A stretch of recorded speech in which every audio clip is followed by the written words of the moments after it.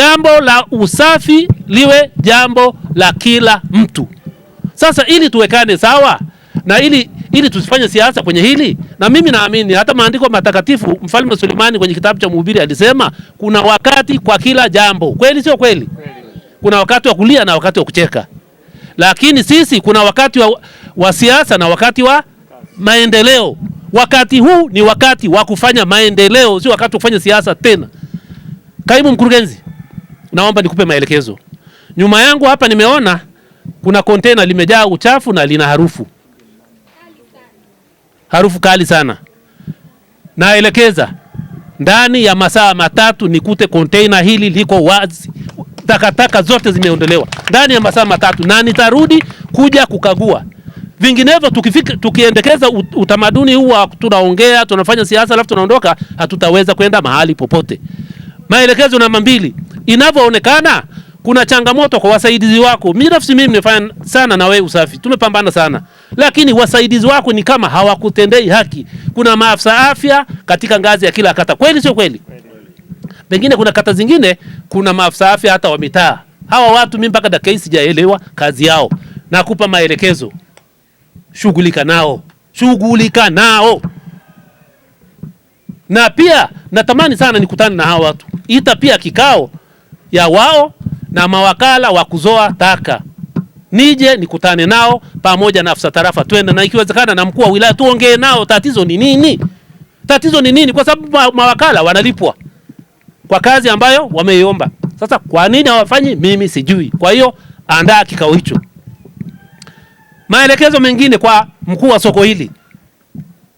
Yuko wapi mkuu wa soko? Nimemwona katibu wa soko. Wewe ndio katibu Asubuhi hakuna kuanza biashara kama hawajafanya usafi wa mazingira. Haya ni maelekezo. Kaimu mkurugenzi, pokea haya maelekezo na yasimamie. Mimi siwezi kuelekeza alafu msimamie. Na jioni mkimaliza kufanya biashara zenu, acha mazingira kuwa masafi kwa kufanya usafi tena. Kwa namna hii soko hili halitakaa liwe chafu kwa sababu inasimamiwa na viongozi. Lakini jambo lingine, kaimu mkurugenzi, kwenye jamii yote uwakosi wakaidi, watu ambao ni wabishi hawataki kufanya kazi zao. Naelekeza utaratibu wa sheria za kupiga faini uendelee. Washughulikiwa ipasavyo. Mimi ni kiongozi wa kisiasa, nimechaguliwa kwa vidole, lakini sipepesi macho kwenye hili kwa sababu mmenichagua ili niwaletee maendeleo. Kwenye maendeleo tukibembelezana hatutafika mahali popote. Kwa hiyo wale mawakala wa usafi, wale mawakala kusimamia zoezi la nidhamu ya wanaoharibu mazingira, dili nao perpendicularly, na kama hawawezi piga nje. Kwenye mkataba kuna mambo mawili. Kuna kuingia mkataba na kuna kutoka mkataba. Maana yake kuna kuingia mkataba na kuvunja mkataba. Kwa yoyote anayezingua, vunja mkataba, tafuta mtu mwingine ili kazi iweze kufanya nini? Iweze kufanyika. Kwa hiyo niwaombe sana wananchi, tuungane na tushirikiane katika hili kuhakikisha jiji letu lina ng'ara. Nimeambia kuna changamoto ya gata kwenye mapaa mengine. I really do not know kwa sababu nilikuwepo wakati wa kujenga hili soko. Na mkuu wa soko ameniambia alikuja fundi moja akayaondoa alafu akuyarudisha. Kaimu mkurugenzi, maelekezo nakupa wiki hii. Watu wa idara ya ujenzi waje hapa waweke hizo gata ili maji yaweze kupita katika njia inayotakiwa. Nafikiri mmenielewa. Tuko sawa jamani? Sawa.